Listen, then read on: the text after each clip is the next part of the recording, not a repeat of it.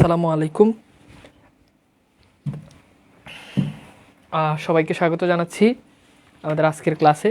তো আমাকে একটু ঝটপট জানিয়ে দাও যে সব কিছু ক্লিয়ার আছে কিনা এবং সাউন্ড ঠিক আছে কিনা।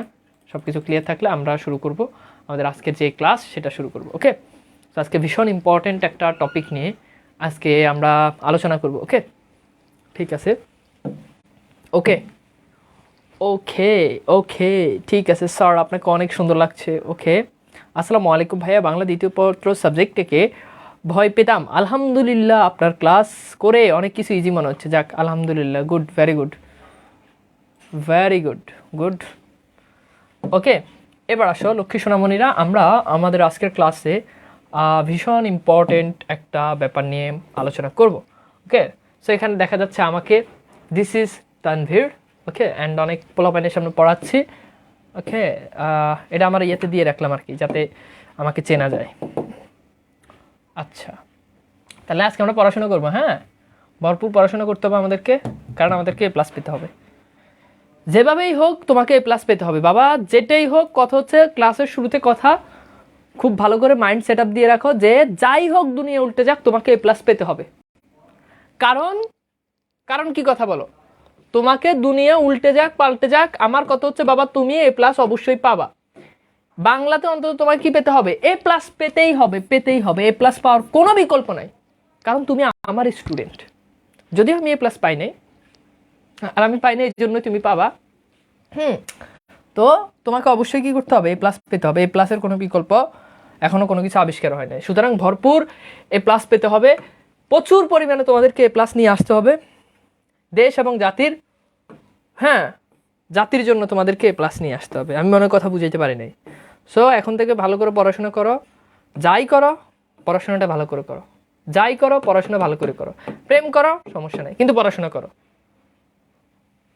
হ্যাঁ, যাই করো, যা ইচ্ছে তা করো, কিন্তু আমার কথা হচ্ছে তোমার পড়াশোনা ঠিক থাকতে হবে। পড়াশোনা ঠিক রেখে এবার তুমি জাহান্নামে যাও, এটা আমার দেখার টাইম নাই। তোমাকে কথা হচ্ছে তোমাকে কি করতে হবে? তোমাকে পড়তে হবে। ঠিক আছে, আসো তাহলে এবার আমরা পড়ি।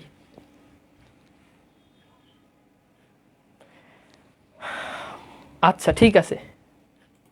সো আমার কথা হচ্ছে ভাই, সোজা কথা, তুমি এ প্লাস পেতে হবে। এ প্লাস পেলে তোমার ইউনিভার্সিটিতে ভালো করতে পারবা, এ প্লাস না পেলে তোমাদের ইউনিভার্সিটিতে ভালো করতে পারবা না। ইউনিভার্সিটি অ্যাডমিশনে গেলে তখন একটা ধরা খেয়ে যাবা। সো আমি চাচ্ছি না যে তোমরা কেউ এভাবে ধরা খেয়ে যাও।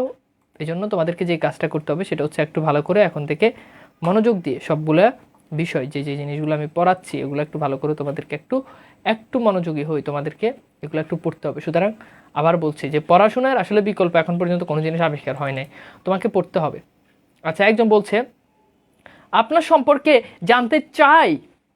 সে আমার সম্পর্কে জানতে চায়, আমার সম্পর্কে জানার মধ্যে কী আছে বলো? আমি তানবীর, পড়াই বাংলা, পড়ি বাংলা, হ্যাঁ সবই বাংলা। আর কি জানতে চাও? এখনও বিয়ে শাদী করি নাই, আমি খুবই সিঙ্গেল, প্রচুর সিঙ্গেল, ভরপুর সিঙ্গেল। জীবনে কখনো প্রেম করি নাই। অ্যান্ড হচ্ছে সারাদিন পড়াই, সময় পেলে একটু পড়ি, অ্যান্ড এই আর কি। সময় পেলে একটু লিখি, মাঝে মধ্যে মনে রং লাগলে কবিতা লিখি। যদি আসলে কবিতা লেখার মতো এরকম স্পেসিফিক আমার কোনো মানুষ নাই, তবে আমি মাঝে মধ্যে মন চাইলে আমি কবিতা লিখি, কেউ একজনের কল্পনা করে, কিন্তু আসলে কল্পনার কেউই নেই। হ্যাঁ, যার মন চায় তারা নিয়ে একটা কবিতা লিখে ফেলি। মাঝে মধ্যে খুব বেশি রোমান্স, হ্যাঁ মনের ভিতরে খুব বেশি রোমান্স এলে আবার কি করি, একটু রোমান্টিক কবিতা লিখি। এই ছবি তুলতে ভালোবাসি আমি, খুব সুন্দর করে মাঝে মধ্যেই হ্যাঁ ডিএসএলআর ক্যামেরা নিয়ে বের হয়ে যাই, নিজের ছবি নিজে তুলি, আবার সেই ছবি নিজেই দেখি আবার হাসি, আর মনে মনে ভাবি ছেলেটা অনেক কিউট। এই আর কিছু না। বাইক চালাতে ভালো লাগে, মাঝে মধ্যে বাইক চালাই। নতুন নতুন পাঞ্জাবি পরতে ভালো লাগে, অনেক পাঞ্জাবি কিনি, অনেক পাঞ্জাবি পরি।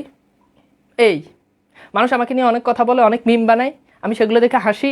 কেউ কিছু বললে আমি কিছু মনে করি না, কেউ আমার খারাপ বললে আমি কিছু মনে করি না, কেউ আমাকে ভালো বললে আমি কিছু মনে করি না। শেষ। This is Tanvir. ওকে, আচ্ছা যাই হোক, তাহলে কথাবার্তা অনেক হয়ে গেল। এবার আসো আমরা পড়াশোনাতে যাই। বাবারা শোনো, পড়াশোনা না করলে তোমার আসলে কোথাও দাম নাই। পড়াশোনা তোমাকে করতেই হবে, তোমাকে দক্ষতা অর্জন করতেই হবে। দক্ষতা অর্জন না করলে কেউ তোমার কোনো দাম দিবে না। সুতরাং এটার কোনো বিকল্প নাই। আসো আমরা একটু পড়াশোনা করি। আচ্ছা ওকে,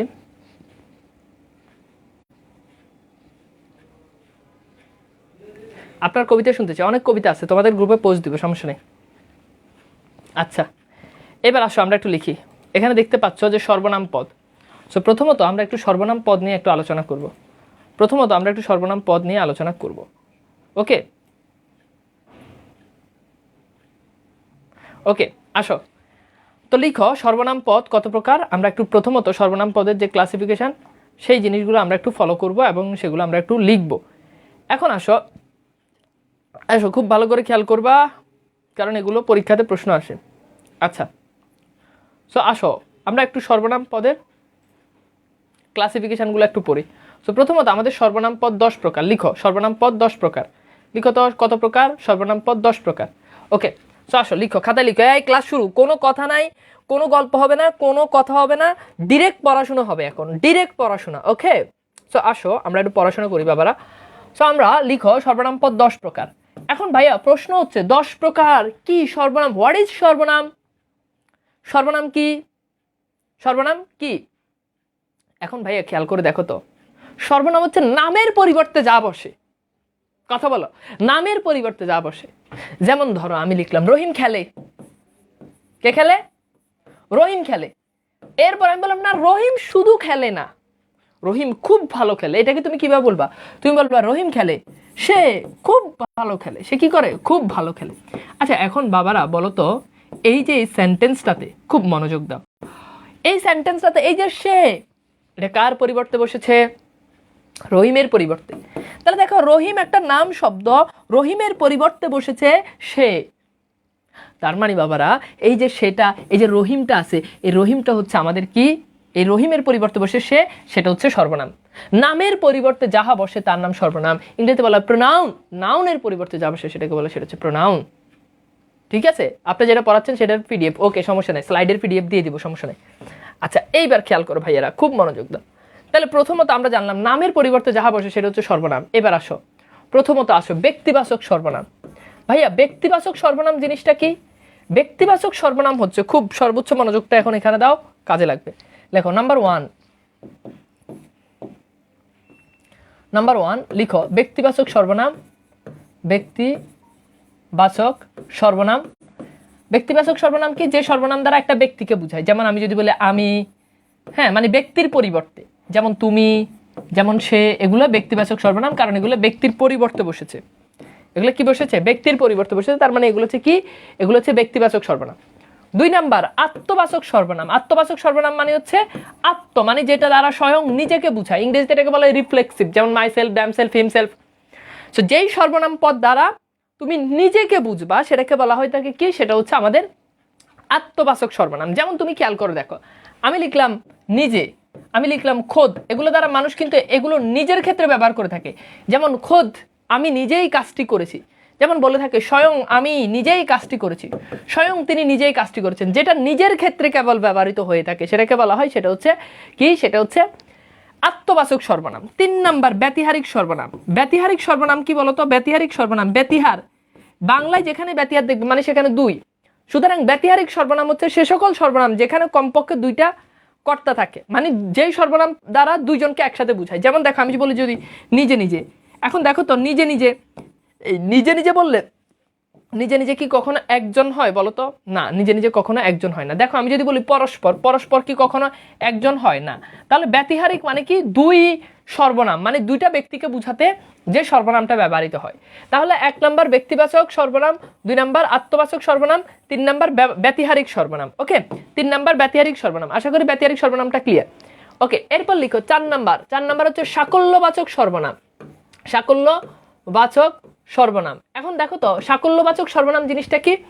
সাকল্যবাচক সর্বনাম হচ্ছে যে সর্বনাম পদটা দ্বারা সবাইকে বোঝায়। যে সর্বনাম পদটা দ্বারা কি বোঝায়? সবাইকে বোঝায়, মানে একাধিক ইয়েকে বোঝায়। যেমন দেখো সব, যেমন আমি যদি বলি সবাই, সো আমি যদি বলি সকল, সো এগুলো হচ্ছে সাকল্যবাচক, মানে যেটা দ্বারা 2 এর অধিক কর্তাকে একসাথে বোঝায়। যে সর্বনাম 2 এর অধিক কর্তাকে একসাথে ইন্ডিকেট করে সেটাকে বলা হয়, সেটা হচ্ছে সাকল্যবাচক। 5 নাম্বার হচ্ছে সামীপ্যবাচক। এখন আসো ভাইয়া, সামীপ্যবাচকটা কি? সামীপ্যবাচক সর্বনাম হচ্ছে যে সর্বনামটা দ্বারা কাছের কোনো জিনিস, সমীপে কাছের কোনো জিনিসকে বোঝায়। যেমন আমি যদি দেখো, আমি যদি বলি এই, ঠিক আছে, এখন দেখো তো আমি যদি বলি এ মানুষটি, তার মানে কি? এ মানুষটি বললে এই মানুষটি কি কাছে আছে না? কাছে। যেমন আমি যদি বলি এটি আমার কলম, তাহলে দেখো এটি মানে কি? কোনো একটা কলমকে আমি দেখিয়ে দিচ্ছি, সেই কলমটা আমার কাছে আছে, আমি দেখাই দিচ্ছি এটি আমার কলম, তাহলে দেখো যেই সর্বনামগুলো দ্বারা কোনো একটা কাছের জিনিসকে যেটা বোঝায় সেটাকে বলা হয় সেটা হচ্ছে সামীপ্যবাচক সর্বনাম। ওকে, এরপর দেখো 6 নাম্বার দেখো দূরত্ববাচক সর্বনাম। তার মানে বুঝতেই পারতেছো যে দূরত্ববাচক সর্বনাম কি, যে সর্বনাম পদটা দ্বারা কোনো একটা দূরের জিনিসকে ইন্ডিকেট করে। কি করে বলো? দূরের জিনিসকে ইন্ডিকেট করে। যেমন দেখো আমি যদি বলি ওই, এখন আমি যদি বলি ওই মানুষটি, তার মানে কি মানুষটা কাছে না। আমি যদি বলি ওই সব কথা এখন থাক, মানে খুব দূরের কথা এগুলো, ওই সব কথা মানে কোনো কাছের কোনো কথা না। আমি যদি বলি যে ওটি, এখন ওটি বললে কি এটা কি কাছের? এটি বললে এটি কাছের, এটি আমার কলম, ওটি আমার কলম, তার মানে কি দূরের কোনো জিনিসকে বোঝাচ্ছে। তাহলে দূরত্ববাচক সর্বনাম হচ্ছে যে সর্বনামটা দূরের কোনো জিনিসকে বোঝায়। ওকে, এরপর আসো 7 নাম্বার। 7 নাম্বারটা হচ্ছে প্রশ্নবাচক সর্বনাম। প্রশ্নবাচক সর্বনাম, এখন দেখো প্রশ্নবাচক সর্বনামটা কি, যে সর্বনামটা দ্বারা কোনো জিনিসকে প্রশ্ন করা বোঝায়। কি বুঝায়? আচ্ছা ভাই একটু ধীরে পড়ান, একটু লিখতে হবে, লিখতে হবে বলতে আগে বুঝায়, এইটা সেম জিনিসটাই পিডিএফে লেখা আছে, কোনো সমস্যা নেই। প্রশ্নবাচক সর্বনামটা কি, যেটা দ্বারা প্রশ্ন করা বোঝায়। যেমন দেখো আমি যদি বলি কিসে, এখন দেখো এই যে কিসে, এখন আমি যদি বলি যে কিসে পড়ে, তাহলে এই কিসে এটা দ্বারা কি বোঝায় বলো তো? কিসে এটা দ্বারা প্রশ্ন করা বোঝাচ্ছে, তার মানে এটা হচ্ছে প্রশ্নবাচক সর্বনাম। কি? প্রশ্নবাচক সর্বনাম। এরকম আরো হতে পারে, যদি বলি কার, এখন আমি যদি বলি কার কলম, তার মানে কি প্রশ্নবাচক সর্বনাম এটা। ওকে, আচ্ছা এরপর দেখো 8 নাম্বার। 8 নাম্বারটা হচ্ছে অনির্দিষ্টতা জ্ঞাপক সর্বনাম। অনির্দিষ্টতাবাচক বা অনির্দিষ্টতা জ্ঞাপক, অনির্দিষ্টতাবাচক সর্বনাম। এখন অনির্দিষ্টতাবাচক সর্বনাম কি, যে সর্বনামটা দ্বারা কোনো জিনিসের নির্দিষ্ট, হ্যাঁ, যে সর্বনামটা দ্বারা নির্দিষ্ট কোনো জিনিসকে কি বোঝাচ্ছে না। নোট কিভাবে করবো ভাই, এটা তো পড়াচ্ছি, নোটের জিনিসটা এটা তো পিডিএফে দেওয়া আছে। আচ্ছা আসো, অনির্দিষ্টতাবাচক কি, মানে যেটা দ্বারা নির্দিষ্ট কাউকে বোঝায় না। যেমন দেখো আমি যদি বলি কেউ, এখন কেউ বললে কি কখনো মানে নির্দিষ্ট কাউকে বোঝায়? যেমন আমি যদি বলি কেউ বলেছেন, কেউ হয়তো বা এই কথা বলেছেন। যেমন যে কেউ এখানে আছেন, তার মানে কি সে কি নির্দিষ্ট? না, সে অনির্দিষ্ট। কে আছে সেটা কিন্তু আমি জানি না। আচ্ছা এরপর আসো 9 নাম্বার, সেটা হচ্ছে সংযোগবাচক, সংযোগ জ্ঞাপক সর্বনাম।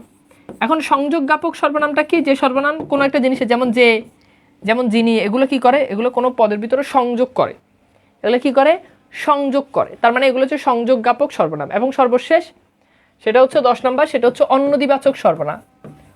অন্যদিবাচক সর্বনাম, এখন অন্যদিবাচক সর্বনামটা কি, যে সর্বনামটা দ্বারা অন্য কাউকে বোঝায়। যেমন দেখো অন্য, অপর, এই সর্বনামটা দ্বারা কিন্তু কাছের কাউকে বোঝাচ্ছে না, মানে অন্য কাউকে বোঝাচ্ছে, এটাকে বলা এটা হচ্ছে অন্যদিবাচক সর্বনাম। আচ্ছা তো আমি আরেকবার একটু রিপিট করতেছি, সর্বোচ্চ মনোযোগটা এখন এখানে দাও ভাইয়া। পিডিএফে এগুলোর নামগুলোর মিল নাই কিছু কিছু ক্ষেত্রে, হ্যাঁ একই জিনিস অনেক জায়গাতে অনেক রকম নাম ব্যবহার করে, সমস্যা নাই। তো প্রথমত হচ্ছে ব্যক্তিবাচক সর্বনাম, মানে যেগুলো ব্যক্তিকে বোঝায়, আমি, তুমি, সে। আত্মবাচক সর্বনাম মানে যেগুলো দ্বারা নিজেকে বোঝায়, যেমন স্বয়ং, নিজ, খোদ। ব্যতিহারিক সর্বনাম, যে সর্বনামে 2টা কর্তা থাকে, যেমন নিজে নিজে, যেমন পরস্পর। ওকে, এরপর আসে সাকল্যবাচক সর্বনাম, যেটা দ্বারা সবাইকে বোঝায়, যেমন সব, সবাই, সকল। সামীপ্যবাচক সর্বনাম কি, যেমন এই, এটি। আচ্ছা দূরত্ববাচক সর্বনাম কি, যেটা দ্বারা দূরের কাউকে বোঝায়, যেমন ওই, ওটি, ওই সব। প্রশ্নবাচক সর্বনাম কি, কিসে, কার, ইত্যাদি। আচ্ছা অনির্দিষ্টতাবাচক সর্বনাম কি, যেটা দ্বারা কেউ, মানে যেটা দ্বারা অন্য কাউ, মানে নির্দিষ্ট কাউকে বোঝায় না। সংযোগবাচক হচ্ছে যে, যিনি, যেটা বাক্যের ভিতরে কি করে, সংযোগ করে। ওকে, অন্যদিবাচক হচ্ছে যেটা অন্য কাউকে বোঝায়, অন্য, অপর, এখানে অপর হবে, অন্য, অপর। আচ্ছা এইবার আসো আমরা একটু দেখি, এটা দেখো বোর্ড প্রশ্ন, এখানে বোর্ডের প্রশ্নটা আসছে এরকম যে,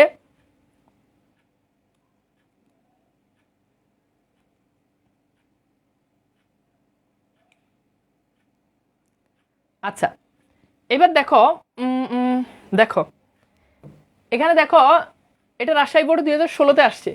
বলা হচ্ছে যে নিচের অনুচ্ছেদটি থেকে 5টি সর্বনাম নির্বাচন করো। এবার ঝটপট তোমরা এখান থেকে সর্বনামগুলো নির্বাচন করো, সময় মাত্র 1 মিনিট। ঝটপট ঝটপট এখান থেকে কবি কাজী নজরুলের জীবনের পরিণাম অত্যন্ত করুণ, মস্তিষ্কের পক্ষাঘাতে আক্রান্ত হয়ে 1942 সালে থেকেই তিনি ছিলেন নির্বাক ও ভাবশূন্য। 1976 সালে কবির জীবন প্রদীপ নির্বাপিত হলে তার সমাধি রচিত হয় ঢাকা বিশ্ববিদ্যালয় মসজিদ প্রাঙ্গণে। গানে তিনি এই আশা ব্যক্ত করেছিলেন, মসজিদের ওই পাশে আমায় কবর দিও ভাই, তার সেই ইচ্ছা পূর্ণ হয়েছে। দ্রুত দ্রুত দ্রুত, ওকে আপনার সাইডে দাঁড়ান, এসএস নিব, দ্রুত দ্রুত না, সময় খুবই কম। খুবই কম, পড়াশোনার ক্ষেত্রে কোনো গল্প নাই, কোনো কিচ্ছু নাই, প্রচুর পরিমাণে তোমাদেরকে পড়তে হবে। দ্রুত এটা একটু ট্রাই করো। হ্যাঁ, এখানে যেই সর্বনামগুলো আছে এই সর্বনামগুলো জাস্ট বের করো, ট্রাই করো। দেখো যা পড়াইছি সেম টু সেম, দেখো জাস্ট কোনটা নামের পরিবর্তে কোনটা বসছে, নামের পরিবর্তে কোনটা বসছে। আচ্ছা, একজন বলছো কবি সর্বনাম, কবি কি সর্বনাম? কবি তো নাউন রে ভাই, এটা তো জাতিবাচক বিশেষ্য, এটা তো আগের ক্লাসে পড়ছি, এটা তো জাতিবাচক বিশেষ্য।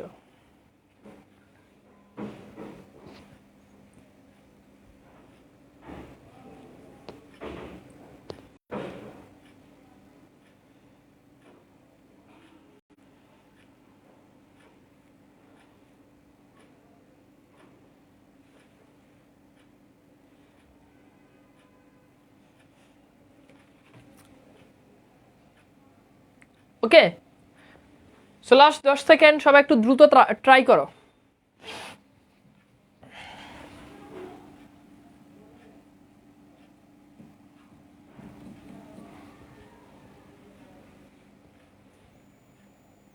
আচ্ছা, সো আমরা একটু ট্রাই করি, দেখি পারি কিনা। আচ্ছা, এখানে দেখো কবি কাজী নজরুল ইসলাম। হ্যাঁ, নজরুলের জীবনের পরিণাম অত্যন্ত করুণ, মস্তিষ্কের পক্ষাঘাতে আক্রান্ত হয়ে এত সালে তিনি একটা ছিলেন নির্বাক ও ভাবশূন্য। 1977 সালে কবি জীবন প্রদীপ নির্বাচিত হলে তার সমাধি ওকে হয় ঢাকা বিশ্ববিদ্যালয় মসজিদ প্রাঙ্গণে। গানে তিনি এ আশা ব্যক্ত করেছিলেন মসজিদের ওই পাশে আমায়, ঠিক আছে, কবর দিও ভাই, তার সেই ইচ্ছা পূর্ণ হলো তার, ঠিক আছে।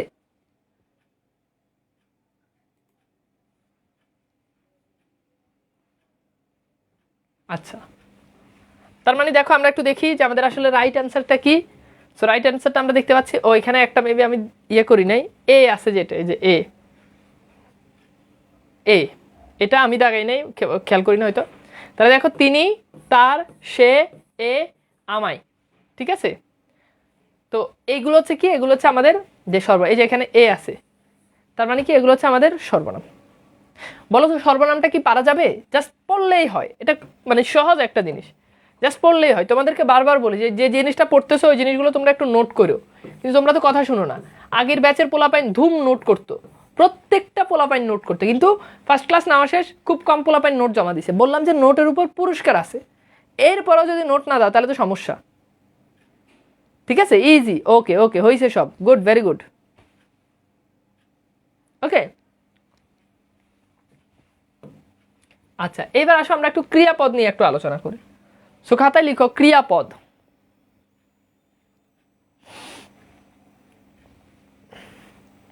লিখছো ক্রিয়াপদ?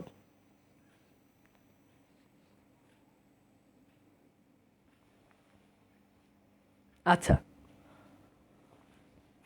আচ্ছা, এইবার আসো একটু ক্রিয়াপদ নিয়ে একটু আলোচনা করি। সো ক্রিয়াপদ খেয়াল করো, তো ক্রিয়াপদ হচ্ছে, প্রথম কথা হচ্ছে ক্রিয়াপদ হচ্ছে ভাব প্রকাশের ভিত্তিতে। আমাদের ক্রিয়াপদটা দুই প্রকার, কিসের ভিত্তিতে বলো তো? ভাব প্রকাশ। সো ভাব প্রকাশের ভিত্তিতে ক্রিয়াপদ দুই প্রকার। আচ্ছা, কি কি?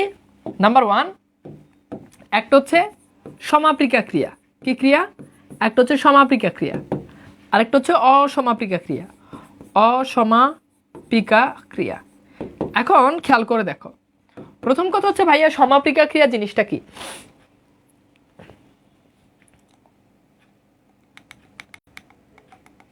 আচ্ছা,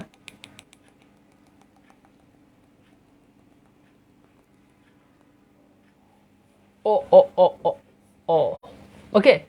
সো আসো এইবার দেখো, সমাপিকা ক্রিয়া হচ্ছে যে ক্রিয়াটা দ্বারা মনের ভাব সম্পূর্ণভাবে প্রকাশ হয়। হ্যাঁ, আচ্ছা, অসমাপিকা ক্রিয়া দ্বারা কি? যে ক্রিয়াটা দ্বারা মনের ভাব প্রকাশ হয় না। এখন দেখো, ধরো আমি যদি বলি যে, ধরো আমি বললাম যে তোমাকে, খেয়াল করো, তোমাকে খাওয়াবো।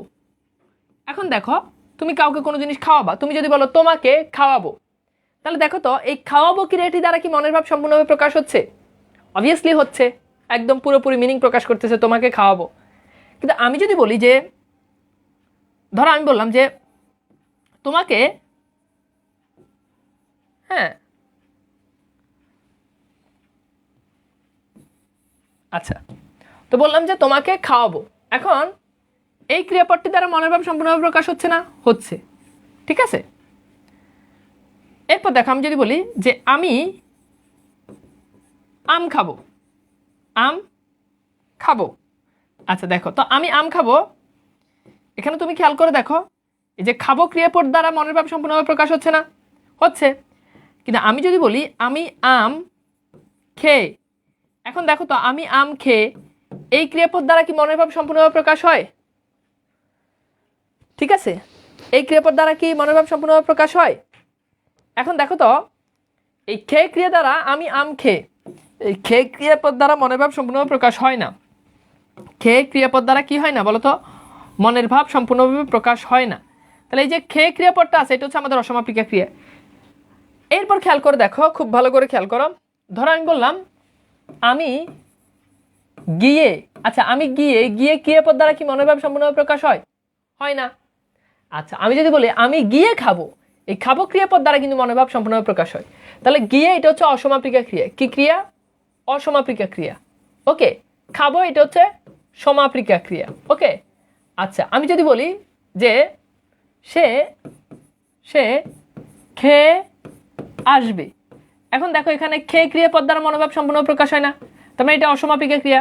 আসবে ক্রিয়াপদ দ্বারা মনোভাব সম্পূর্ণভাবে প্রকাশ হয়, তার মানে এটা সমাপিকা ক্রিয়া। বুঝতে পেরেছ?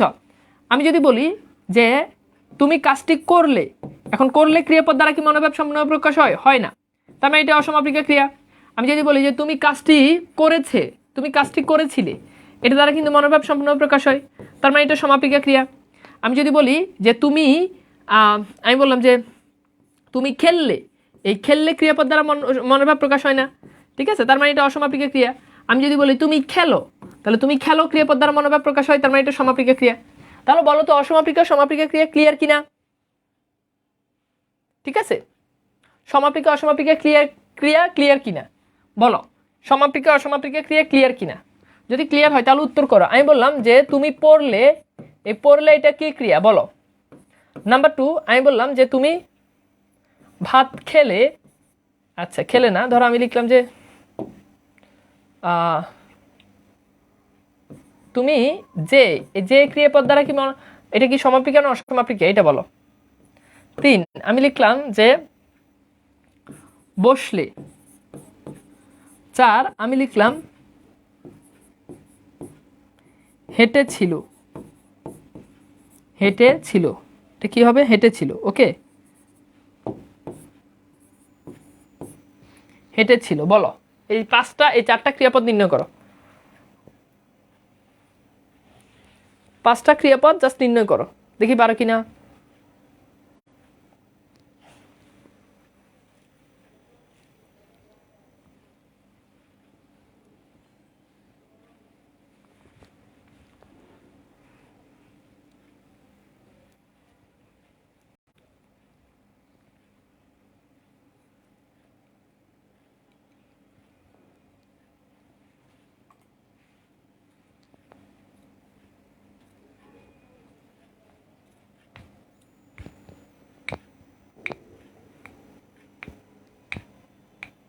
আচ্ছা, তো দেখো এখানে এই প্রথম 3টা ক্রিয়া দ্বারা মনের ভাব প্রকাশ হয় না, তার মানে এগুলো অসমাপিকা ক্রিয়া। ওকে, আর হেঁটে ছিল এটা দ্বারা মনোভাব প্রকাশ হয়, তার মানে এটা সমাপিকা ক্রিয়া। কি ক্রিয়া বলো তো? এটা সমাপিকা ক্রিয়া। ওকে, সিম্পল। সো আশা করি 5-এ 5 হয়েছে। এইবার খাতায় লিখো, এবার খাতায় লিখো যে যদি কখনো দেখো একটা অসমাপিকা ক্রিয়া আছে, কি আছে বলো? একটা অসমাপিকা ক্রিয়া। এই অসমাপিকা ক্রিয়ার পরে যদি একটা সমাপিকা ক্রিয়া থাকে, অসমাপিকা ক্রিয়ার পরে কি থাকে? যদি একটা সমাপিকা ক্রিয়া থাকে, তাহলে এই অসমাপিকা ক্রিয়া প্লাস সমাপিকা ক্রিয়া এই পুরোটাকে বলা যায় যৌগিক ক্রিয়া। এই পুরোটাকে কি বলা যায়? এই পুরোটাকে বলা যায় যৌগিক ক্রিয়া। তাহলে দেখো একটা অসমাপিকা ক্রিয়া আছে, এরপর একটা সমাপিকা ক্রিয়া আছে, এই দুটো ক্রিয়াকে একসাথে বলা হয় যৌগিক ক্রিয়া। যেমন দেখো আমি যদি বলি সাইরেন, সাইরেন মানে হচ্ছে ঘন্টা আর কি, সাইরেন, অ্যালার্ম, সাইরেন বেজে উঠলো। এখন দেখো সাইরেন বেজে উঠলো, এই সেন্টেন্সে তুমি যদি খেয়াল করে দেখো তাহলে তুমি দেখবা যে সাইরেন বেজে উঠলো, এখানে তুমি দেখো তো এই যে বেজে আছে এটা কি ক্রিয়া বলো তো? এটা অসমাপিকা ক্রিয়া। নিঃসন্দেহে এটা কি ক্রিয়া? এটা অসমাপিকা ক্রিয়া। এখন দেখো উঠলো আছে, উঠলো কি ক্রিয়া বলো? নিঃসন্দেহে এটা সমাপিকা ক্রিয়া। এটা কি ক্রিয়া? এটা সমাপিকা ক্রিয়া। এখন দেখো এই যে একটা অসমাপিকা ক্রিয়া প্লাস একটা সমাপিকা ক্রিয়া, এই বেজে উঠলো এই পুরোটাকে আমরা একসাথে বলতে পারি এটা হচ্ছে যৌগিক ক্রিয়া। বেজে উঠলো পুরোটাকে একসাথে কি বলতে পারি? যৌগিক ক্রিয়া।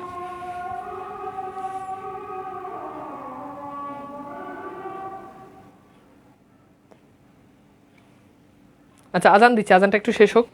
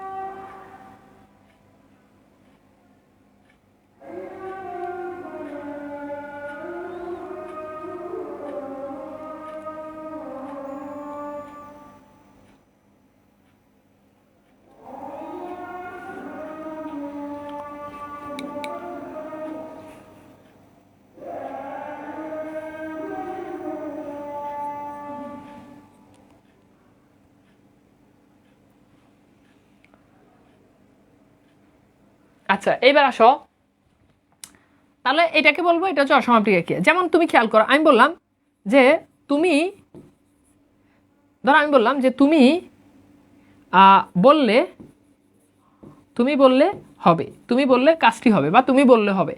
এখন দেখো বললে এটা কিন্তু অসমাপিকা ক্রিয়া, হবে এটা কিন্তু সমাপিকা ক্রিয়া। কি ক্রিয়া বলো? সমাপিকা ক্রিয়া।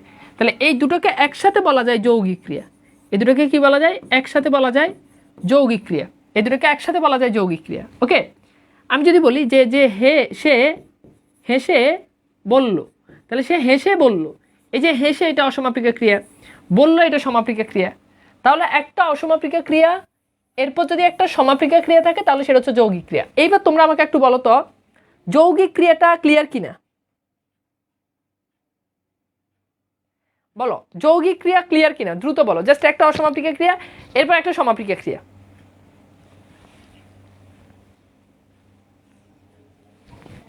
বলো অসমাপিকা যৌগিক ক্রিয়া ক্লিয়ার কিনা? Okay good, very good, clear. এবার আসলে আমরা একটু প্রশ্ন সমাধানে যাই। তো এখানে রাজশাহী বোর্ডে প্রশ্ন আসছে, রাজশাহী বোর্ড 2019-এ প্রশ্ন আসছে, বলা হচ্ছে যে নিম্নরেখ যে কোনো 5টি যৌগিক ক্রিয়া চিহ্নিত করো। অর্থাৎ এখানে তোমাকে অনেক একটা একটা একটা অনুচ্ছেদ দিল, এই অনুচ্ছেদটা থেকে দেখে, এগুলো কিন্তু বোর্ড কোশ্চেন, যা পড়াচ্ছি তা থেকেই বোর্ডের প্রশ্ন। এখান থেকে তোমাকে বলা হচ্ছে যে তুমি যৌগিক ক্রিয়া চিহ্নিত করো।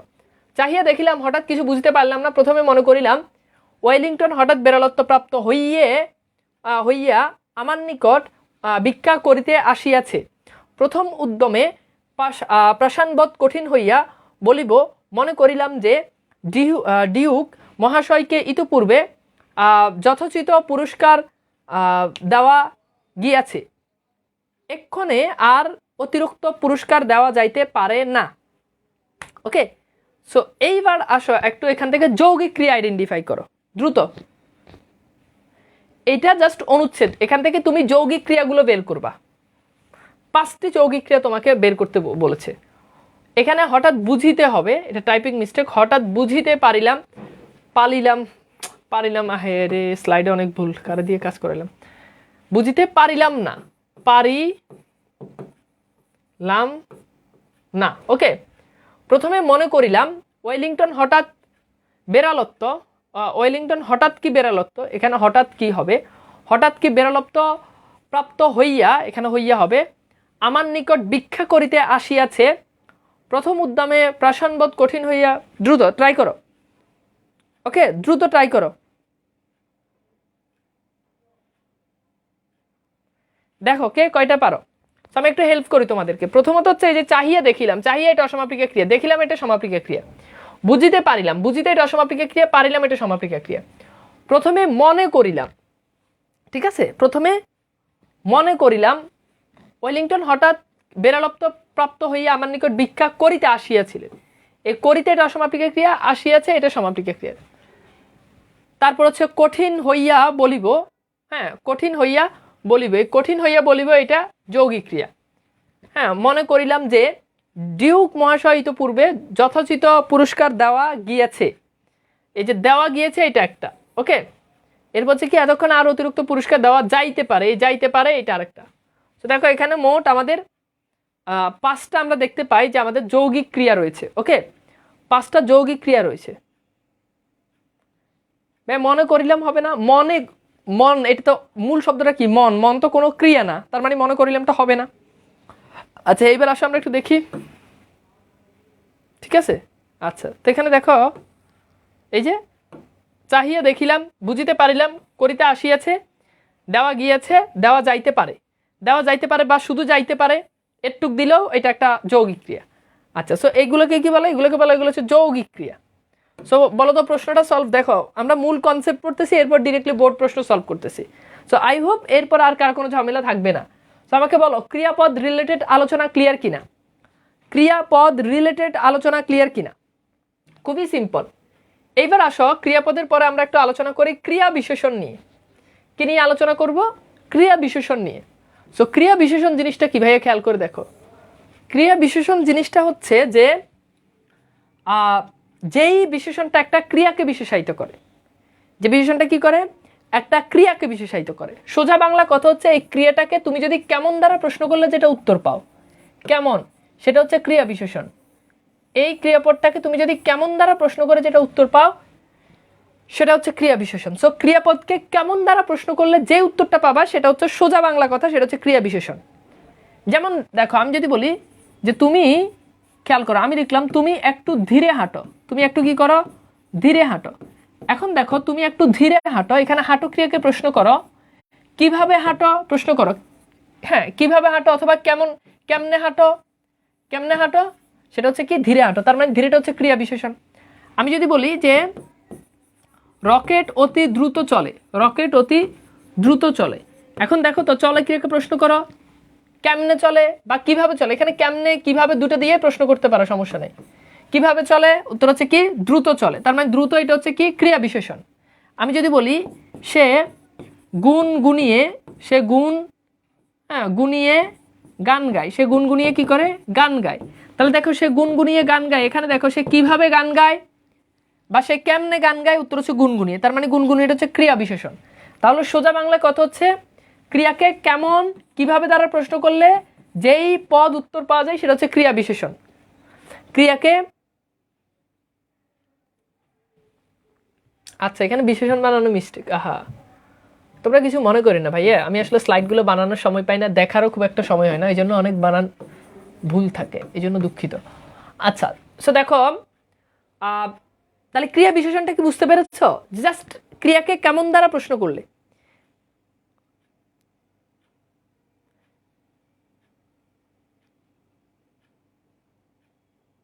বলো তো ক্রিয়া বিশেষণটা ক্লিয়ার কিনা, জাস্ট ক্রিয়াকে, এই যে মূল যে পরের যে ক্রিয়া থাকে সেই ক্রিয়াকে কি বা সেই ক্রিয়াকে কেমন বা কিভাবে দ্বারা প্রশ্ন করলে যেটা পাওয়া যায় সেটা হচ্ছে ক্রিয়া বিশেষণ। কি বিশেষণ বলো, ক্রিয়া বিশেষণ বলো। ক্লিয়ার ভাইয়া, ওকে বিথি বলেছে ক্লিয়ার, ওকে জি ক্লিয়ার। এবার আসো যদি ক্লিয়ার হয়, যদি ক্লিয়ার হয় তাহলে আসো আমরা একটু প্রশ্ন সলভ করি। তো এখানে বলা হচ্ছে যে ক্রিয়া বিশেষণ, ক্রিয়া বিশেষণ খুঁজে বের করো। কি বলা হচ্ছে যে ক্রিয়া বিশেষণ খুঁজে বের করো। এখন দেখো এখানে বলা হচ্ছে তাড়াতাড়ি চল, দিন ভালো যাচ্ছে না, জিনিসটা সাবধানে রাখ, গাড়িটা হঠাৎ থেমে গেল, কাজটি সহজে করা যাবে। এইখান থেকে ক্রিয়া বিশেষণ খুঁজে বের করো,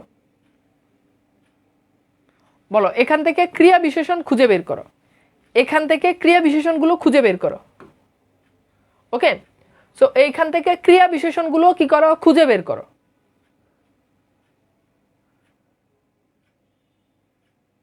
মনে করিলাম এটা যৌগিক ক্রিয়া হবে, মনে এটা কি অসমাপিকা ক্রিয়া? এটার মূল শব্দ কি? মন। মন তো নাউন রে ভাই, মন তো বিশেষ্য পদ, এটা কি অসমাপিকা ক্রিয়া হয়?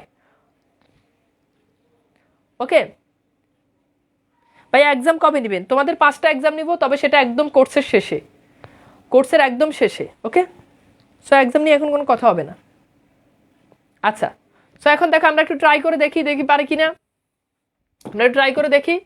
সেখানে বলা হচ্ছে যে তাড়াতাড়ি চল, তাহলে কিভাবে চল, কেমনে চল? তাড়াতাড়ি, এটা হচ্ছে ক্রিয়া বিশেষণ। দিন ভালো যাচ্ছে না, দিন কিভাবে যাচ্ছে না, ভালো যাচ্ছে না, ভালোভাবে যাচ্ছে না, ভালোটা হচ্ছে ক্রিয়া বিশেষণ। জিনিসটা সাবধানে রাখ, কিভাবে রাখ, সাবধানে, সাবধান হচ্ছে ক্রিয়া বিশেষণ। গাড়িটা হঠাৎ থেমে গেল, গাড়িটা কিভাবে থামলো, হঠাৎ থামলো, তার মানে হঠাৎ হচ্ছে ক্রিয়া বিশেষণ। কাজটি সহজে করা যাবে, কিভাবে করা যাবে, সহজে, তার মানে সহজে হচ্ছে ক্রিয়া বিশেষণ। সো বলো 5-এ 5 হয়েছে কার? এখানে 5-এ 5 পেয়েছো কে? 5টাতে একদম 5টাই হয়েছে এমন কারা আছো? দ্রুত।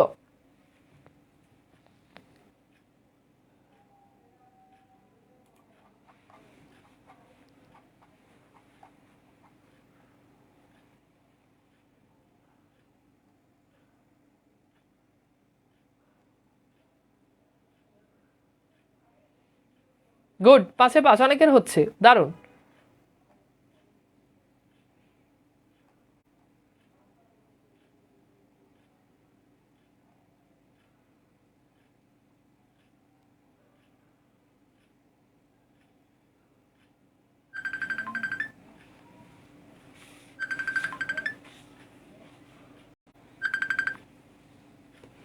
এই বলো 4টা 3টে কেন হচ্ছে? 4টা 3টে কেন হচ্ছে? 4টা 3টে হওয়ার তো কোনো চান্সই নেই।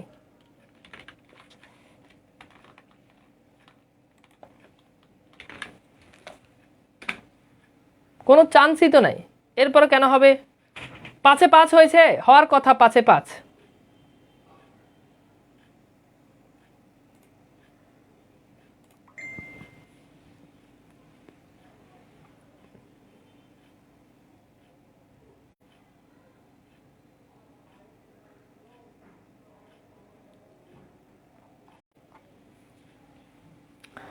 আচ্ছা এইবার আসো, সো আই হোপ জিনিসটা ক্লিয়ার। এবার আসো আমরা একটু আবেগ নিয়ে কথা বলি, আবেগ শব্দ যেটাকে বলা হয়ে থাকে। সো আবেগ শব্দ, পরীক্ষাতে প্রশ্ন আসবে আবেগ শব্দ কত প্রকার ও কি কি, আবেগ শব্দ নিয়ে আমরা একটু আলোচনা করি। এই কথা বলো না। এখন প্রশ্ন হচ্ছে আবেগ শব্দ কি? প্রতিনিয়ত এমন অনেক শব্দ ব্যবহার করে থাকো, প্রতিনিয়তই যে শব্দগুলো কেবল আবেগ প্রকাশের জন্য ব্যবহার করো, মানে যেগুলোর বাস্তবে বাক্যের সাথে কোনো সম্পর্ক নাই। যেমন ধরো আজকে তোমার বাসাতে কেউ একজনকে তুমি আহ্বান করতেছো যে আসো আমার বাসাতে আসো, তখন তুমি তাকে কিভাবে ডাকবা? তুমি ডাকবা ওগো একটু বাসায় এসো, একটু বাসায় এসো। তুমি তাকে এভাবে ডাকবা, একটু ওগো একটু বাসায় এসো, মানে বই নিয়ে বাসায় এসো, আমরা গ্রুপ স্টাডি করব। সো এখানে দেখো তো, তুমি যদি তাকে যদি শুধু এইটুকু যদি বলো যে একটু বাসায় এসো, এই একটু বাসায় এসো এতটুকু পর্যন্ত বললেই তো হয়। ওগো পদটা এটার কি বাক্যের নির্দিষ্ট কোনো মিনিং দিচ্ছে? না, এইটা বাক্যের নির্দিষ্ট কোনো মিনিং দিচ্ছে না। তাহলে ভাইয়া প্রশ্ন হচ্ছে, ভাইয়া এই ওগোটা আমি কেন ব্যবহার করলাম? এই ওগোটা কেবল আমি আবেগ প্রকাশের জন্য ব্যবহার করলাম। কিসের জন্য বলো তো? কেবল আবেগ প্রকাশের জন্য। মানে ওগো বলে ডাক দিলে সে তাড়াতাড়ি চলে আসবে, তাড়াতাড়ি সে বই নিয়ে চলে আসবে, তাড়াতাড়ি গ্রুপ স্টাডি করতে পারবে, রাইট? সো এই জন্য তুমি তাকে কি বলে ডাকলা? ওগো বলে ডাকলা। তাহলে এই যে এটা তোমার কেবল আবেগ, ইমোশন প্রকাশ করার জন্য, তাকে ইমোশনালি হিট করার জন্য তুমি তাকে ওগো বলে ডাক দিছো। এই ওগো এটা হচ্ছে আবেগ শব্দ। কি শব্দ কথা বলো? এটা হচ্ছে আবেগ শব্দ।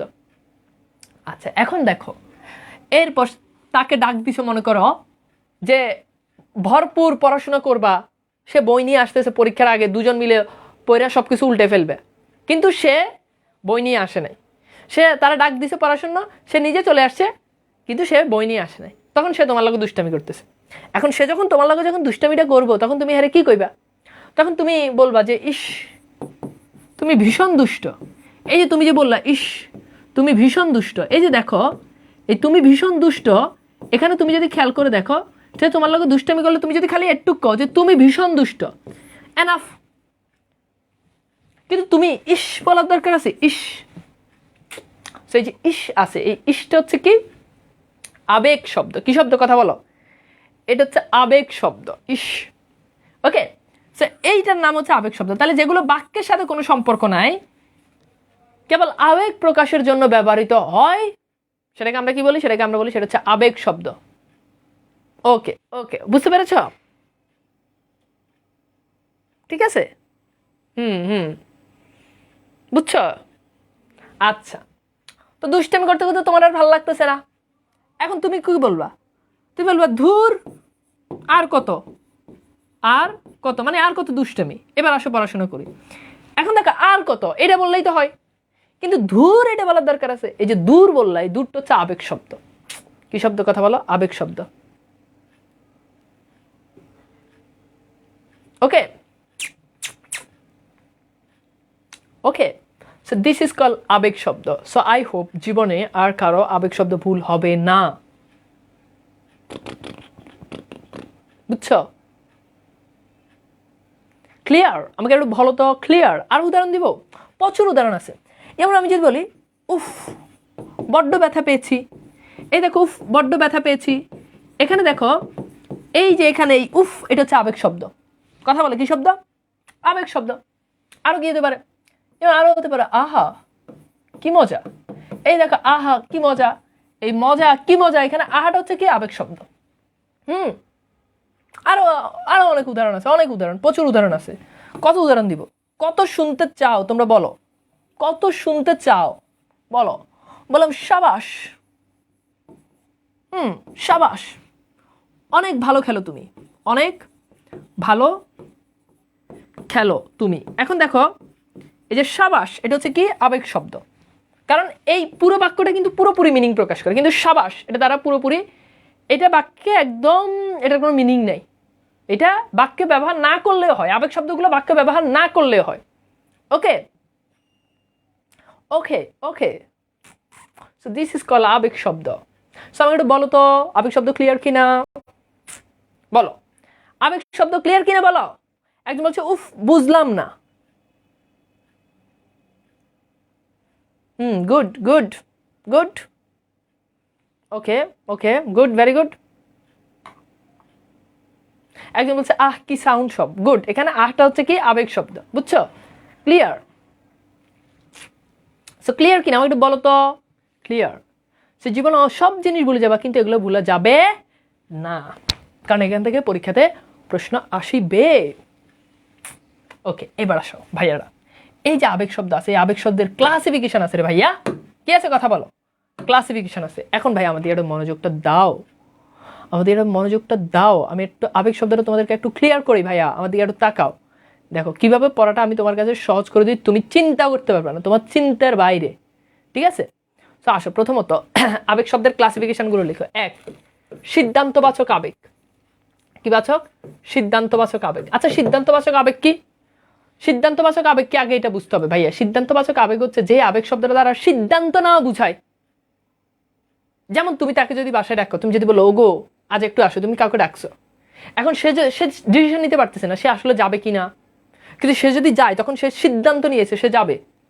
সে বলছে আসা যায়, আসা যায়। এই যে এটা হচ্ছে কি? এটা হচ্ছে আবেগ। এটা কেমন আবেগ? এটা হচ্ছে সিদ্ধান্ত সূচক আবেগ। সে বলছে বেশ, সে বললো বেশ গিয়ে দেখতে পারি। এই যে বেশ, সে সিদ্ধান্ত নিয়েছে, এই জন্য এই বেশটা হচ্ছে কি? সিদ্ধান্তবাচক আবেগ। কি বাচক আবেগ বলতো? সিদ্ধান্তবাচক আবেগ শব্দ। আমি কি ব্যাপারটা বুঝাইতে পারছি? সিদ্ধান্তবাচক আবেগ শব্দ হচ্ছে এইটা। ওকে, এরপর আসো 2 নাম্বার, প্রশংসাবাচক আবেগ। প্রশংসাবাচক আবেগ। আচ্ছা, প্রশংসাবাচক আবেগ কি? এমন আবেগ শব্দ যেটা দ্বারা প্রশংসা করা বুঝায়। কি বুঝায়? কথা বলো। প্রশংসা করা বুঝায়। যেমন কিরকম প্রশংসা করা বুঝায়? যেমন তুমি অনেক ভালো পড়াশোনা করেছো, গ্রুপ স্টাডি, তখন বলেছে বাহ তুমি অনেক কিছু পারো, তুমি অনেক কিছু পারো, এই যে দেখো তুমি অনেক কিছু পারো, মানে সে তোমার প্রশংসা করছে। এই বাহ যেটা আছে এটা হচ্ছে প্রশংসা সূচক আবেগ, যেটা দ্বারা কোনো জিনিসের কি বুঝায়? প্রশংসা বুঝায়। নাম্বার 3, বিরক্তি সূচক আবেগ। বিরক্তি সূচক আবেগ। আচ্ছা বলো তো বিরক্তি সূচক আবেগটা কি? যেই আবেগ শব্দটা যারা বিরক্তি বুঝায়, বিরক্তি। যেমন বললাম ছি ছি, ছি ছি, তুমি এত নীচ, তুমি এত নীচ, এই যেটা বিরক্তি বুঝাচ্ছে তার প্রতি, বিরক্তি সূচক আবেগ। দিস ইজ কল বিরক্তি সূচক আবেগ। ঠিক আছে? 4, 4 নাম্বার হচ্ছে কি ভয় বা যন্ত্রণা বাচক আবেগ, যেটা দ্বারা ভয় বুঝাবে, যন্ত্রণা বুঝাবে, একদম যন্ত্রণা, তীব্র যন্ত্রণা। যেমন আসা আমি লিখলাম আহা কি বিপদ, একদম বিপদ, যন্ত্রণা, আহা কি বিপদ। এই যে আহা কি বিপদ, এখানে আহা এটা কি, এটা হচ্ছে ভয় বা যন্ত্রণা বাচক, যন্ত্রণা সূচক আবেগ। এরপর আসো 5 নাম্বার বিস্ময় সূচক আবেগ। বিস্ময় মানে তো বুঝো বিস্ময়, আশ্চর্যজনক কোন জিনিস, বিস্ময় সূচক আবেগ। বিস্ময় সূচক আবেগটা কি বলতো? বিস্ময় সূচক আবেগটা হচ্ছে যে আবেগটা দ্বারা একদম এক্সাইটেড, বিস্ময়, বিস্মিত কোনো জিনিসকে বুঝায়, বুঝছে, আশ্চর্যজনক কোনো জিনিসকে বুঝায়। যেমন আমি বললাম আরে তুমি এখানে, তুমি এখানে, ধরো হঠাৎ করে একদিন তোমার লোকের রাস্তা আমার সাথে দেখা, তুমি বললো আরে ভাইয়া আপনি এখানে, মানে তুমি খুব আশ্চর্য হয়ে গিয়েছো। ওকে, এই জন্য এটাকে বলা, এটা হচ্ছে বিস্ময় সূচক আবেগ। 5 গেল। 6 করুণা সূচক আবেগ। করুণা সূচক আবেগ। করুণা সূচক আবেগ কি? যেই আবেগটা খুব ভালো করে শুনো, করুণা সূচক আবেগ যে আবেগটা খুব করুণা, একদম করুণা। ধরো তুমি বললো হাই হাই অনাথ ছেলে, কি অনাথ ছেলে, এই হাই হাই কি অনাথ ছেলে, এই হাই হাই, এটা তোমার করুণা, তাকে দেখে তোমার খুব করুণা হলো। 7 নাম্বার সম্বোধন সূচক আবেগ। সম্বোধন। এখন সম্বোধন সূচক আবেগ কি? সম্বোধন সূচক আবেগ হচ্ছে কি, সোজা বাংলা বলো, যেমন ওই যে একটু আগে বললাম ওগো, তুমি সম্বোধন করছো ও হে, বলে সম্বোধন সূচক আবেগ। বলো তো আবেগ শব্দগুলো ক্লিয়ার কিনা?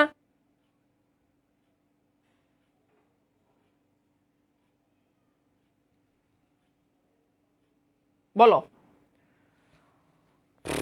বলো সম্বোধন সূচক আবেগ ক্লিয়ার কিনা? 7 নাম্বার লিখো সম্বোধন।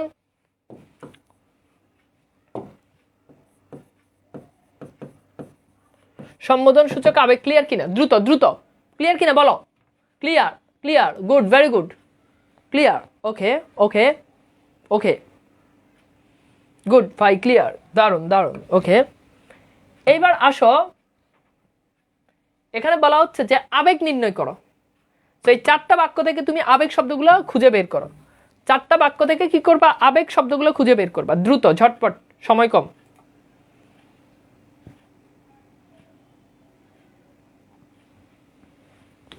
দ্রুত দ্রুত দ্রুত করো। ক্লিয়ার, ক্লিয়ার, ওকে ওকে,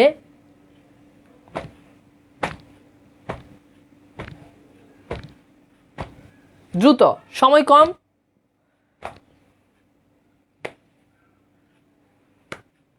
আবেগ শব্দ খুঁজে বের করো।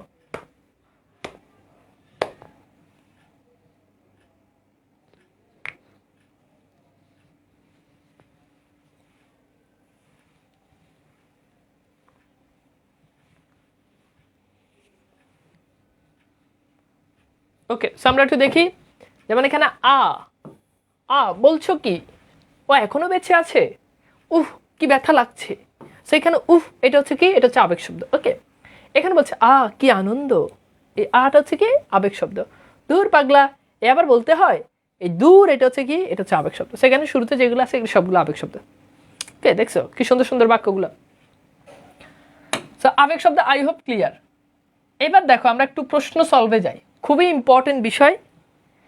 আমাদের ব্যাকরণিক শব্দ শ্রেণীর মৌলিক আলোচনাটা শেষ, এবার আমরা একটু প্রশ্ন সলভ করে দেখি।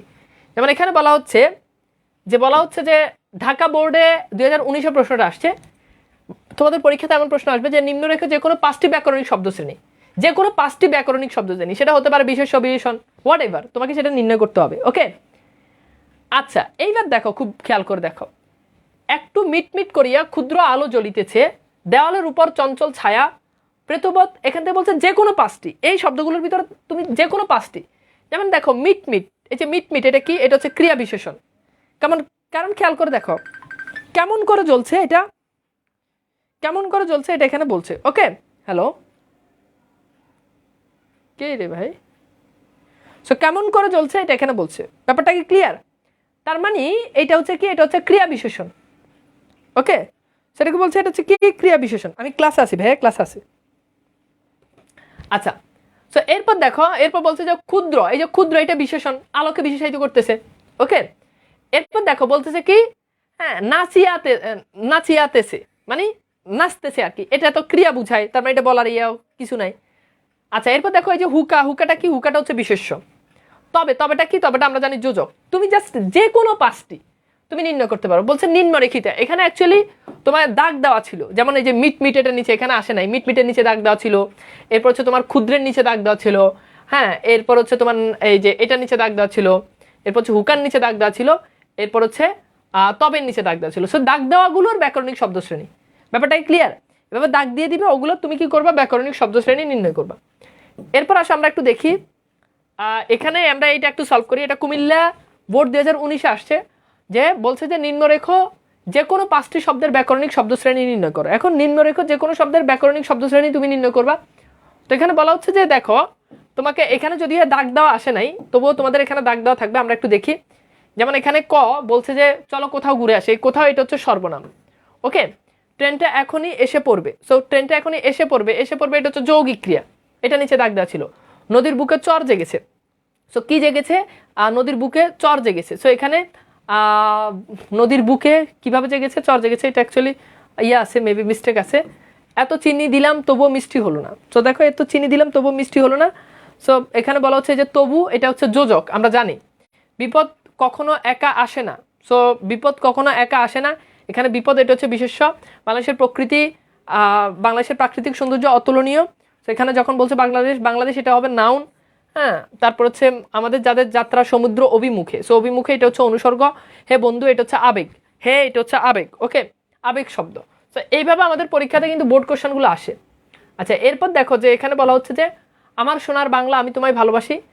এখন দেখো, এখানে বলা হচ্ছে যে আমার সোনার বাংলা, এই সোনার এটার নিচে আন্ডারলাইন করে দেওয়া আছে।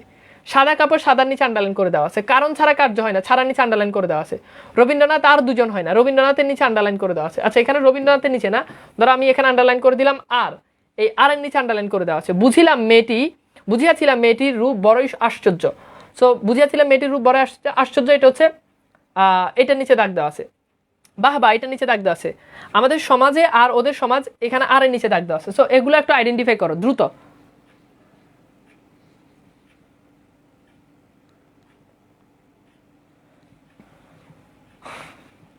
দ্রুত দ্রুত। সো দেখো, এখানে জাস্ট আইডেন্টিফাই করো, এগুলো নিচে দাগ দেওয়া আছে, তোমাকে কি করতে হবে, এগুলো আইডেন্টিফাই করতে হবে।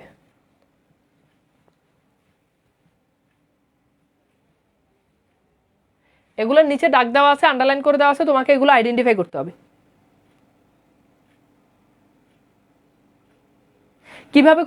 কিভাবে সর্বনাম হয়, কিভাবে হচ্ছে ওই যে প্রশ্নসূচক সর্বনাম, ব্যাপারটা কি ক্লিয়ার? আচ্ছা, প্রথমত আমরা একটু দেখি আমার সোনার বাংলা, বাংলাটা কেমন, বাংলাটা হচ্ছে সোনার, বাংলাকে বিশেষায়িত করতেছে, তার মানে এটা বিশেষণ। তার মানে এটা কি, এটা হচ্ছে বিশেষণ। সাদা কাপড়, কাপড়কে বিশেষায়িত করতেছে, তার মানে এটাও বিশেষণ। ওকে, আচ্ছা, এরপর দেখো ছাড়াটা হচ্ছে কি, আমরা জানি ছাড়াটা হচ্ছে অনুসর্গ। ওকে, ফাইন। রবীন্দ্রনাথ তো আরটা রবীন্দ্রনাথ বললে বিশেষ্য, কিন্তু আর বললে সেটা হচ্ছে কি, সেটা হচ্ছে যোজক। আর বললে সেটা হচ্ছে যোজক। বুঝলাম মেয়েটির রূপ বড় আশ্চর্য, মেয়েটির রূপ কেমন, রূপকে বিশেষায়িত করছে আশ্চর্য, তার মানে এটা হচ্ছে বিশেষণ। ওকে, বাহবা, এই বাহবা এটা হচ্ছে আবেগ। আমাদের সমাজ আরটা হচ্ছে কি, যোজক।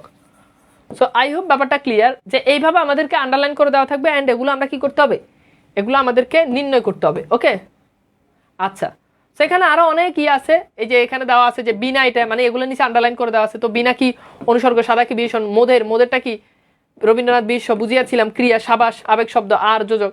জাস্ট পড়বা, ওখান থেকে একটু ট্রাই করবা। ওকে, সো এইভাবে আমাদের চট্টগ্রাম বোর্ডও আসছে, আমরা একটু দেখি। যেমন দেখলাম যে এখানে বলা হচ্ছে বিনা অনুসর্গ, সাদা, মোদের। ওকে, এরকম আছে।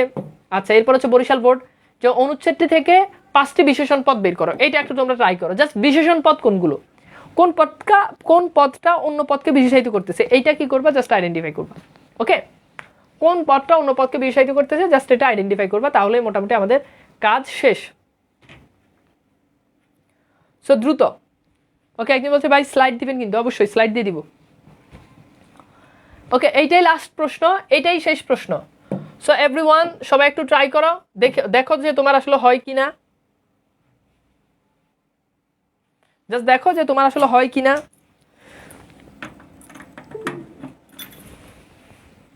ওকে, এইটাই লাস্ট প্রশ্ন। এখান থেকে বলা হচ্ছে জাস্ট 5টি বিশেষণ তোমাকে কি করতে হবে, তোমাকে জাস্ট 5টি বিশেষণ তোমাকে খুঁজে বের করতে হবে, আর কিছুই না।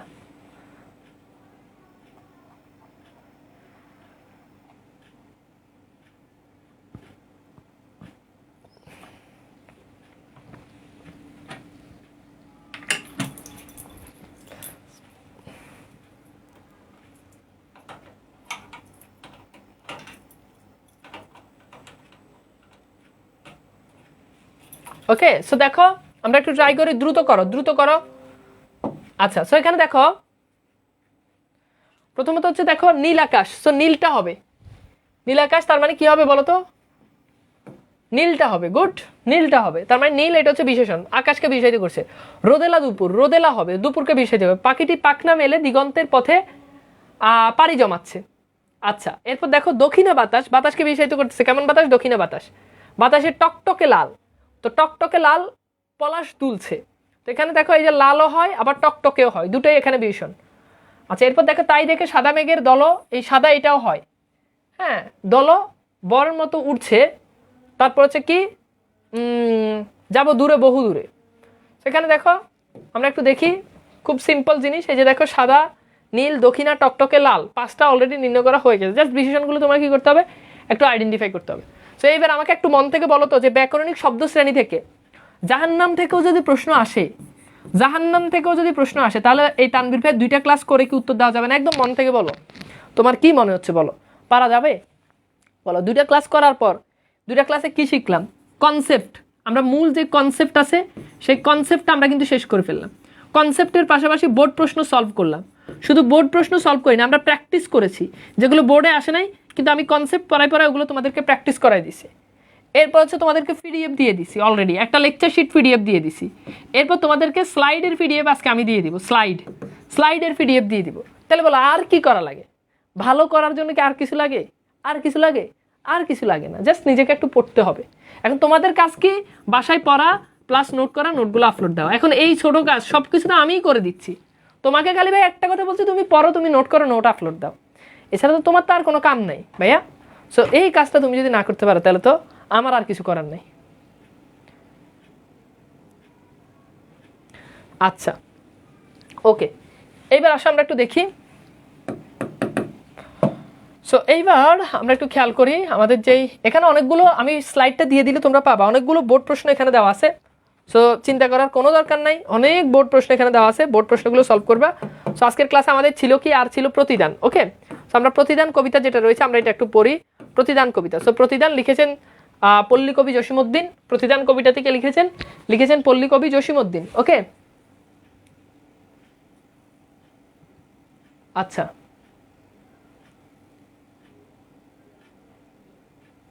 আচ্ছা, এবার দেখো আমরা একটু দেখি পল্লী কবি জসীমউদ্দিন। সেখানে দেখো পল্লী কবি জসীমউদ্দিন থেকে আমাদের পরীক্ষাতে তিনি লিখেছেন প্রতিদান কবিতা। আমরা একটু দেখি প্রতিদান কবিতা। তার আগে আমরা একটু লেখক পরিচিতি সম্পর্কে একটু জানি। লেখক পরিচিতি হচ্ছে, প্রকৃত নাম মোহাম্মদ জসীমউদ্দিন মোল্লা, তার ছদ্মনাম হচ্ছে জমির উদ্দিন মোল্লা। হ্যাঁ, আচ্ছা, তারপর হচ্ছে কি, উপাধি হচ্ছে পল্লী কবি, জন্মগ্রহণ করেন 1903 সালের 1 জানুয়ারি। তার উপন্যাসের নাম হচ্ছে বোবা কাহিনী। তার বেশ কিছু কাব্যগ্রন্থ রয়েছে, এগুলো একটু পড়ে রাখতে হবে। রাখালি, নকশিকাথার মাঠ, দানক্ষেত, 1 পয়সার বাসি, বালুচর, হাসু, তারপর হচ্ছে সুজনবদিয়ার ঘাট, তারপর হচ্ছে রঙ্গিলা নায়ের মাঝি, রূপবতী, কাপনের মিছিল, তারপর হচ্ছে মাঝ জননী কান্দে সখিনা, তারপর হচ্ছে মাটির কান্না। কাব্যগ্রন্থগুলো মনে রাখার কৌশল এখানে দেওয়া আছে একটা ছন্দের মতো করে।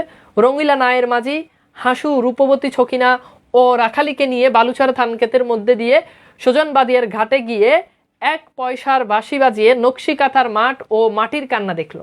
সেগুলো হচ্ছে কি, এগুলো হচ্ছে আমাদের কাব্যগ্রন্থ। এবার আমরা একটু দেখি নাটকগুলো কি, বেদের মেয়ে, তারপর হচ্ছে গ্রামের মায়া, পল্লীবধূ, মধুমালা, পদ্মপার, এগুলো হচ্ছে কি, এগুলো হচ্ছে ঠিক আছে। আচ্ছা, একজন বলছে জসীমউদ্দিন জন্মদিনের সাথে আপনার, হ্যাঁ আমার জন্মদিনে 1 জানুয়ারি, গুড, ওর মনে আছে। ভ্রমণ কাহিনী হচ্ছে কি, চলে মুসাফির, হলদেপরির দেশে, যে দেশে মানুষ বড়, আত্মজীবনের ভিতর রয়েছে জীবন কথা, ঠাকুর বাড়ির আঙিনা, যাদের দেখেছি, সাহিত্য বৈশিষ্ট্য, এগুলো সেভাবে, মৃত্যু, তারপর হচ্ছে 1976। এইটা জাস্ট তোমাকে পড়তে হবে, আমরা পিডিএফ দিয়ে দিব, এখান থেকে জাস্ট তুমি পড়বা, জাস্ট দেখাই দিলাম, এখান থেকে তুমি পড়বা।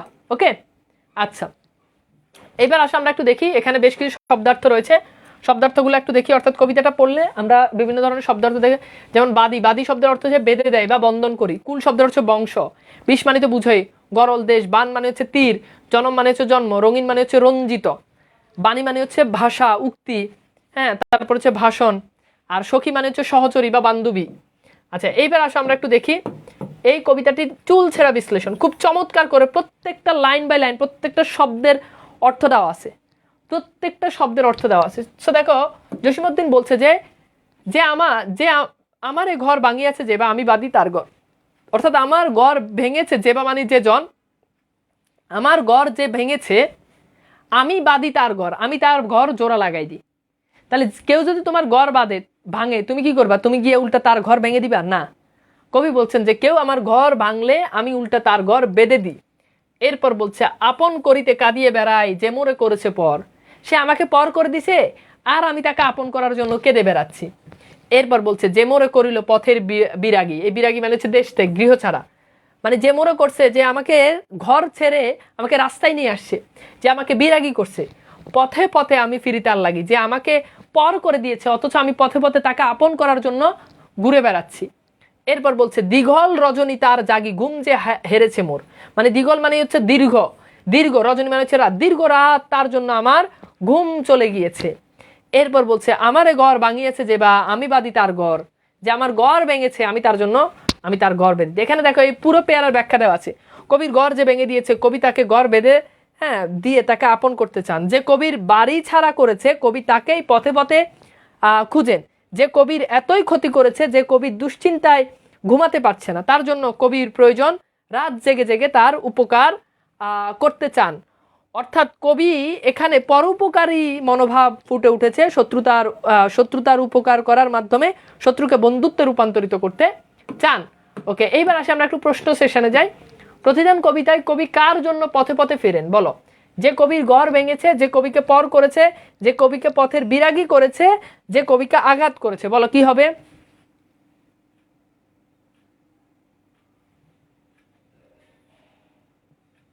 অ্যাডমিশন প্লাস একাডেমিকের জন্য ধ্রুব বই, বললাম না ধ্রুব বইটা কিনে নিবা একদম। এখানে যেভাবে পড়াচ্ছি এইভাবে হচ্ছে প্রত্যেকটা ওয়ার্ড বাই ওয়ার্ড কবিতাগুলোর ব্যাখ্যা দেওয়া আছে। সব আশেপাশের লাইব্রেরিগুলো থেকে সংগ্রহ করতে পারো, আর না পেলে আমাকে ইনবক্সে নক দিও, বই অর্ডার করলে চলে যাবে।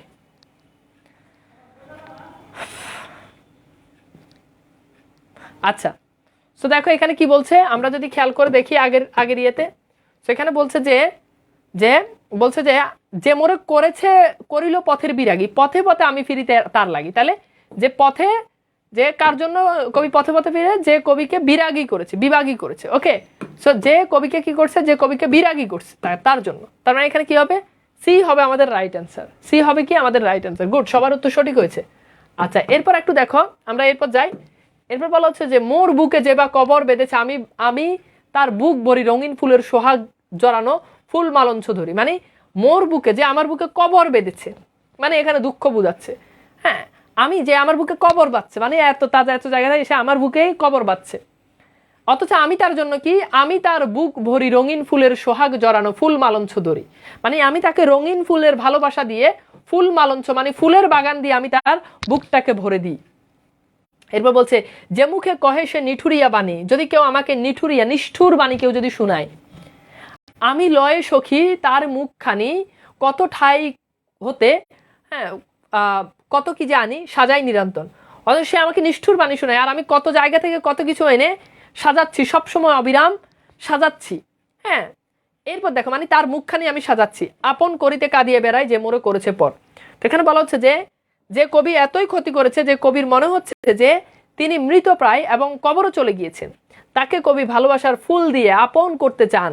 যে কবিকে নিষ্ঠুর বা কটু কথা বলে তার সম্মানার্থে ভালো কথাবার্তার ফুল জুড়ি সাজিয়ে তাকে আপন করার চেষ্টা করেছেন। এখানে কবির শত্রুর সাথে আপোষ করতে ভালোবাসার মাধ্যমে শত্রুর হৃদয় জয় করার ব্যক্ত করেছেন।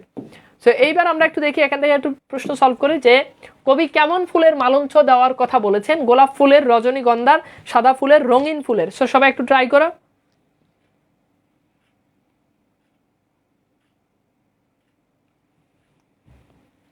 বইয়ের নাম কি? বইয়ের নাম ধ্রুব।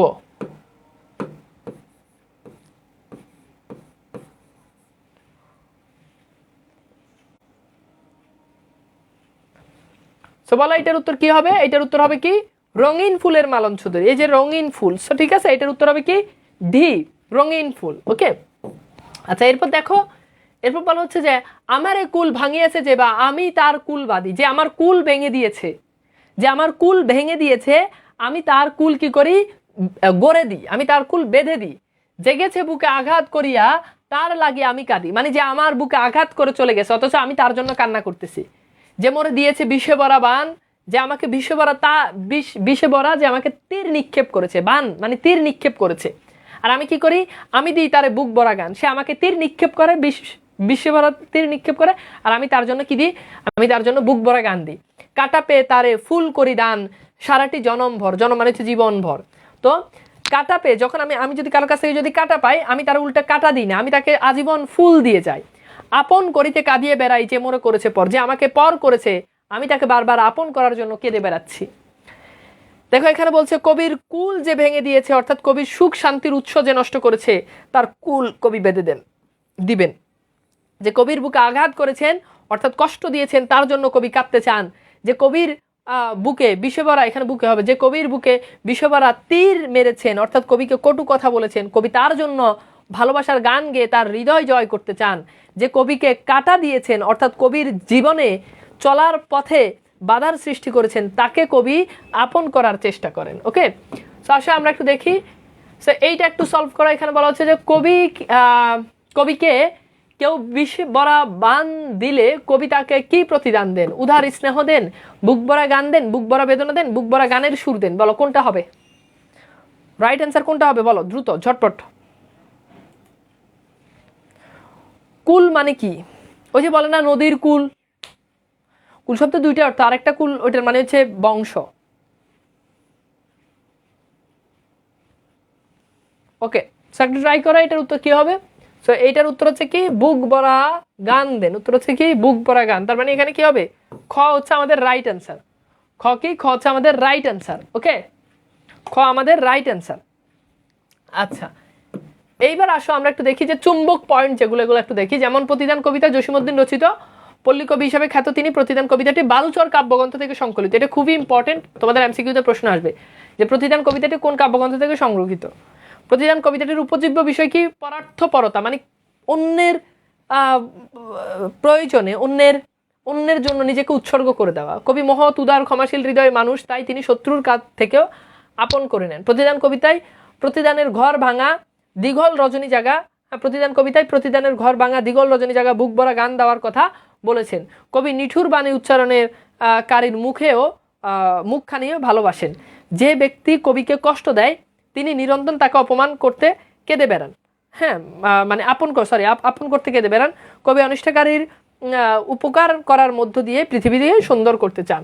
সো এইবার আসে আমাদের এমসিকিউ যে পার্ট, এটা মোটামুটি আমরা ক্লিয়ার যে এখান থেকে আসলে কি কি টাইপ আমাদের এমসিকিউ আসতে পারে। এবার আমরা একটু দেখি যে আমাদের সৃজনশীল প্রশ্নগুলো কেমন আসতে পারে। তো সৃজনশীল প্রশ্নগুলো হচ্ছে, আমরা একটা উদ্দীপক দেখি, তাহলে আমরা একটু ট্রাই করবো যে আসলে সৃজনশীল কি কি ধরনের প্রশ্ন আসে। এখানে বলেছেন যে এক বুড়ি হযরত মুহাম্মদ সাল্লাল্লাহু আলাইহি সাল্লামের চলার পথে কাঁটা বিছিয়ে রাখতো এবং পথ চলাতে নবীর পায়ে কাঁটা ফুটলে আনন্দিত হতো, মানে ওই বুড়িটা আনন্দিত হতো। একদিন পথে কাঁটা না দেখে, এটা কাঁটা হবে, কাঁটা না দেখে নবীজি চিন্তায় পড়ে গেলেন এবং বুড়ির বাড়িতে গিয়ে দেখলেন বুড়ি অসুস্থ। নবী সাল্লাল্লাহু আলাইহি সাল্লাম কে দেখে বুড়ি ভীত হলেন। হ্যাঁ, তিনি বুড়িকে ক্ষমা করে দিলেন এবং সেবা যত্ন নিয়ে এবং রাসূলের সেবা যত্ন নিয়ে বুড়িটি সুস্থ হলো। সেখান থেকে আমরা কি বুঝলাম? আমরা বুঝলাম যে রাসূলের জন্য কাঁটা, যে মুহাম্মদ সাল্লাল্লাহু আলাইহি সাল্লামের জন্য কাঁটা দিত, সেই কি করতেছে, একটা সময় গিয়ে সে বুঝতে পারলো এবং রাসূল সাল্লাল্লাহু আলাইহি সাল্লাম তাকে ক্ষমা করে দিলেন এবং উল্টা তার সেবা যত্ন করে তাকে সুস্থ করে দিলেন। সো এইখানে খেয়াল করে দেখো, আমরা যেটা বুঝতে পেলাম সেটা হচ্ছে কবি কাকে বুক ভরা গান দেন। সো আমরা এমসিকিউতে জেনেছি কবি যে পর করেছে তাকে আপন করার জন্য কেঁদে বেড়ান কেন, এটা তোমাকে ব্যাখ্যা করতে হবে। হ্যাঁ, 4 লাইন 5 লাইনের ভিতরে। এরপর হচ্ছে উদ্দীপকে ভাবের সাথে প্রতিদান কবিতার মূল ভাবে সাদৃশ্যপূর্ণ দিকটি ব্যাখ্যা করো। কোন জিনিসটা উদ্দীপকের সাথে আর প্রতিদান কবিতার মিল রয়েছে সেটা তোমাকে ব্যাখ্যা করতে হবে। অর্থাৎ এখানে দেখা যাচ্ছে যে কেউ কারো কবিকে যে পর করে দিচ্ছে, কবিতাকে আপন করার জন্য কেঁদে বেড়াচ্ছে, যে কবির বুকে যে কবিকে পথের বিরাগী করেছে, কবিতাকে আপন করার জন্য পথে পথে ঘুরতেছেন। এই জিনিসটা উদ্দীপক ও প্রতিদান কবিতার ভাবার্থ ধারণ করলে একটি সুন্দর সমাজ গড়া সম্ভব। বক্তব্যটি মানে যদি মানুষ যদি পরের কল্যাণে যদি নিজেকে নিয়োজিত করতে পারে তাহলে পরে একটা সুন্দর সমাজ গঠন করা সম্ভব। এটা তুমি তোমার মতের সাপেক্ষে একটা যুক্তি লিখবা, এই হচ্ছে ব্যাপার। ঠিক আছে, ঠিক আছে। তো এইবার আমাকে একটু বলো তো যে আজকের ক্লাসটা কেমন লেগেছে, অ্যান্ড পিডিএফ আমি দিয়ে দিব ক্লাসের শেষে। সো চিন্তা করার কোনো কারণ নাই। সো আই হোপ যে যতটুকু পর্যন্ত পড়াই ততটুকু পর্যন্ত খুব চমৎকারভাবে তোমরা বুঝতে পারো, অ্যান্ড প্রবলেম হওয়ার কোনো কথা নাই। অ্যান্ড আগামীকালও ক্লাস আছে, 3 দিন আমাদের টানা ক্লাস হবে, এরপর আবার রুটিন চেঞ্জ করে তোমাদেরকে আবার নতুন রুটিন দিয়ে দিব। সো ক্লাসগুলো দেখছো শুরু হচ্ছে না, বাট এখন শুরু হয়ে গেছে, এখন কিন্তু নিয়মিতই কিন্তু ক্লাসগুলো চলতেছে। সো এখন আর ফাঁকিবাজি করার চিন্তাভাবনা রাখা যাবে না। ওকে, সো যাই হোক, আজকের মতো এখানে বিদায় নিচ্ছি। সবাই অনেক অনেক ভালো থাকবা, সুন্দর সুস্থ থাকবা। আল্লাহ হাফেজ।